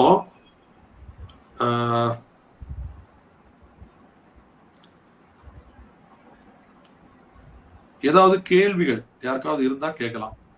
கேளுங்க. யாருக்காவது ஏதாவது கேள்விகள் இருக்கா? சரி, கேள்விகள் இல்லை அப்படின்னா நான் இதோட நிறுத்த போறேன். நான் ஒரு சில அசைன்மெண்ட்ஸ் உங்களுக்கு கொடுக்க போறேன். இப்போ நல்லா கவனிச்சுக்கோங்க. இந்த டைம் அசைன்மெண்ட்ஸ் வந்து கொஞ்சம் வித்தியாசமாக இருக்க போகுது. என்ன அப்படின்னா நல்லா கவனிச்சுக்கோங்க. நமக்கு எக்ஸாம் கிடையாது, நான் சொல்லியிருந்தேன். நமக்கு அசைன்மெண்ட்ஸ் மட்டும்தான் மார்க். ஸோ அதனால நீங்க ஒவ்வொரு வாரமும் நான் கொடுக்குற அசைன்மெண்ட்டை வந்து அடுத்த கிளாஸ்க்கு முன்னாடி நீங்க சப்மிட் பண்ணிருங்க. அதுக்கப்புறம் நீங்க சப்மிட் பண்ணீங்கன்னா அதனால பெரிய உங்களுக்கு பிரயோஜனம் இருக்காது. ஆமா, சரி. இப்போ உங்களுக்கு நமக்கு டைம் கொஞ்சம் இருக்கு. ஏதாவது உங்களுக்கு கேள்விகள் இருந்தா கூட கேட்கலாம். நம்ம எங்க விட்டனோ அதுல இருந்து நான் அடுத்த வாரம் நான் தொடர்ச்சியாக நான் கிளாஸ் எடுப்பேன். இப்போ நான் என்ன செய்ய போறேன் அப்படின்னா நீங்க உங்களுக்கு அசைன்மெண்ட்ஸ் கொடுக்க போறேன். என்ன அப்படின்னா இந்த டைம் நீங்க எழுத போறது கிடையாது. இந்த டைம் நீங்க வித்தியாசமான ஒரு காரியத்தை செய்ய போறீங்க. என்ன செய்ய போறீங்க அப்படின்னா கதை சொல்ல போறீங்க. கதை, அதாவது இந்த கதையில வந்து நீங்க என்ன பண்ணலாம் அப்படின்னா உங்க வீட்டுல யாரையாவது ஒரு ஆளை தேர்ந்தெடுத்துக்கோங்க, அல்லது உங்களுடைய நண்பர்களாக இருந்தாலும் கூட பரவாயில்ல, யாராக இருந்தாலும் பிரச்சனை இல்லை. நீங்க என்ன பண்ணணும் அப்படின்னா இந்த வாரத்துல 2 கதைய நீங்க ரெக்கார்ட் பண்ண போறீங்க. Only audio recording. சரிங்களா? வீடியோ ரெக்கார்டிங் அவசியம் கிடையாது. உங்களுக்கு நீங்க வீடியோ ரெக்கார்டிங் பண்ணுவீங்க அப்படின்னா நான் மறுக்க போறதும் இல்லை. ஆனால் நான் எதிர்பார்ப்பது குறைந்தபட்சம் ஆடியோ ரெக்கார்டிங். நீங்க என்ன பண்ணணும் அப்படின்னா, ஒரு கதை சுவிசேஷம் சொல்லக்கூடிய கதையாக இருக்கணும். சரிங்களா? ஒரு கதை யாருக்காவது சுவிசேஷம் சொல்வதற்கு பைபிள்ல இருந்து ஒரு கதையை எடுத்து அந்த கதையை பைபிளை பார்க்காம, சரிங்களா, பைபிளை நீங்க பார்க்காம அந்த கதை மூலமாக எப்படி சுவிசேஷம் மற்றவங்களுக்கு சொல்றீங்களோ அப்படியே நீங்க என்ன பண்ணுங்க, சொல்லி ரெக்கார்ட் பண்ணி எனக்கு இந்த குரூப்ல அனுப்பிச்சு விட்டுருங்க. சரிங்களா? நீங்க மற்றவங்க எல்லாம் பார்ப்பாங்க அப்படின்னு சொல்லி வெக்கப்பட வேண்டிய அவசியம் கிடையாது. இது ஆண்டவருடைய ஊழியம் இல்லையா? அதனால நீங்க வெக்கப்பட வேண்டிய அவசியம் கிடையாது. சரி, அப்போ இது ஒண்ணு. அடுத்து 2வது என்ன அப்படின்னா, ஒரு விசுவாசி ஏற்கனவே நீங்க கதைகளை நிறைய, இப்போ எனக்கு 3 கதைலாம் அனுப்பிச்சிருந்தீங்க. அதுல ஏதாவது ஒரு கதையை சூஸ் பண்ணி, இல்லைன்னா எந்த கதை வேணாலும் நீங்க சூஸ் பண்ணிக்கோங்க. ஒரு விசுவாசி ஆவிக்குரிய ரீதியில வளர்வதற்கு தேவையான ஒரு கதையை தேர்ந்தெடுத்து அதை ஆடியோவாக நீங்க மற்றவங்களுக்கு சொல்லும்போது அதை ரெக்கார்ட் பண்ணிருங்க. ரெக்கார்ட் பண்ணி அதையும் நீங்க என்ன செய்யுங்க, குரூப்ல அனுப்பிச்சு விட்டுருங்க. சரிங்களா? நல்லா கவனிச்சுக்கோங்க. ஒரு கதை 10 நிமிடத்தை தாண்டக்கூடாது. 10 நிமிடத்தை தாண்டக்கூடாது ஒரு கதை. சரிங்களா? நீங்க பாட்டுக்கு அரை மணி நேரம் ரெக்கார்ட் பண்ணிடாதீங்க. 10 நிமிஷம் போதும். இங்க நமக்கு அசைன்மெண்ட்டுக்காக 10 நிமிஷம். நீங்க நேரடியாக உங்களுடைய ஊழியத்துல சொல்லும் பொழுது நீங்க அரை மணி நேரம் வேணாலும் சொல்லிக்கோங்க, தப்பு கிடையாது. உதாரணத்துக்கு பாத்தீங்கன்னா யோசேப்பினுடைய கதையெல்லாம் எடுத்தீங்கன்னா அது அரை மணி நேரம் போகும். அது ஊழியத்துல பிரச்சனை இல்லை. இங்க நம்ம அசைன்மெண்ட்டுக்காக நீங்க என்ன பண்ணுங்கன்னா ஒரு 10 நிமிடத்துக்குள்ள முடிக்கிற மாதிரி. சரிங்களா?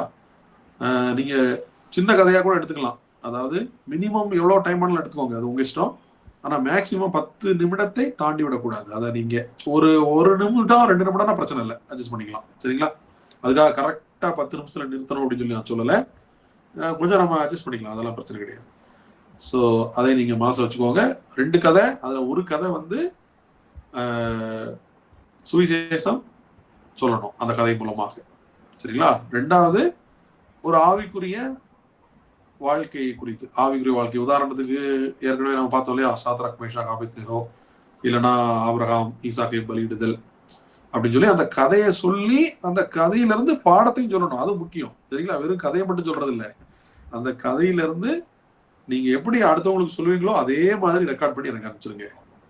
சரிங்களா? நீங்க அனுப்பக்கூடியது எல்லாத்தையும் நான் கேட்க போறேன். கேட்டதுக்கு அப்புறம் உங்களுக்கு நான் ஃபீட்பேக் தர போறேன். ஏதாவது கேள்வி இருக்கா சொல்லுங்க. நம்ம ஒருத்தங்க சொல்லும் போதுதான் எடுக்கணுமா, சொல்ல போல எடுக்கணுமா சார்? நீங்க ஒரு ஆளை உட்கார வச்சிருங்க. யாராவது வீட்டுல ஒரு ஆளை உட்கார வச்சு அவரை ரட்சிக்கப்படாதவன்னு நினைச்சுக்கோங்க. ரட்சிக்கப்படாதவர் நினைச்சிட்டு நீங்க அவருக்கு அதை சொல்லுங்க. அவரை பேச விட வேண்டாம். அவரை பேச விட வேண்டாம். ஏன்னா அவரு பேசிடுவார் நிறைய. அதனால அவரை பேச விட வேண்டாம். நீங்க மட்டும் பேசுற மாதிரி ரெக்கார்ட் பண்ணிருங்க. ஒரு கதை சுவிசேஷம் சொல்றது, இன்னொரு கதை அவங்களுடைய ஆவிக்குரிய வளர்ச்சிக்காக. சரிங்களா? இந்த 2 கதையை நீங்க அனுப்புங்க. அப்புறம் அடுத்த வாரத்துல உங்களுக்கு வேற அசைன்மெண்ட் நான் தரேன். சரிங்களா? ஏதாவது கேள்விகள் இருக்கா? ஏதாவது கேள்விகள்? இதுல ஒரு கதைக்கு 10 மினிட்ஸ் எடுக்கணுமா அல்லது 2 சேர்த்து 10 மினிட்ஸ்? ஒரு கதைக்கு மேக்ஸிமம் 10 மினிட்ஸ். ஓகே. ஒரு கதைக்கு மேக்ஸிமம் 10 மினிட்ஸ். நீங்க ஒரு கதை 5 நிமிஷத்துல முடிக்கலாம், இல்லைன்னா 3 நிமிஷத்துல முடிக்கலாம். ஆனால் கடமைக்காக அப்படின்னு சொல்லி நீங்க செஞ்சிடக்கூடாது.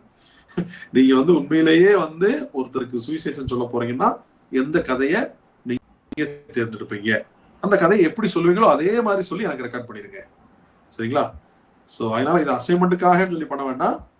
உங்களுக்கு மார்க்குக்காக நம்ம எதையுமே இங்க பண்ணல. உங்களுக்கு மார்க் எவ்வளவு வேணுமோ நான் தர முடியும். அதனால நமக்கு பிரயோஜனமே கிடையாது. நீங்க உங்க ஊழியத்துக்கு இது யூஸ் ஆகணும். சரிங்களா? அதை நீங்க மனசுல வச்சுக்கோங்க. ரைட். ஏதாவது கேள்விகள்? வேற ஏதாவது கேள்வி இருக்கா? சரி, பாஸ்டர் அலெக்ஸ் இருக்கிறாரா? ஓகே, அவர் இல்லைன்னு நினைக்கிறேன். சரி, வேற யாருக்காவது கேள்வி இருக்கா? ஏதாவது கேள்விகள்? ஓகே, இல்லையா? சரி, ஜெபம் பண்ணி முடிச்சிடலாமா? சரி, ஜெபிக்கலாம். சரி, இந்த டைம் நாம யாராவது ஒருத்தர் நான் ஜெபம் பண்ண சொல்ல போறேன். சிஸ்டர் மேரி, நீங்க ஜெபம் பண்ண முடியுமா?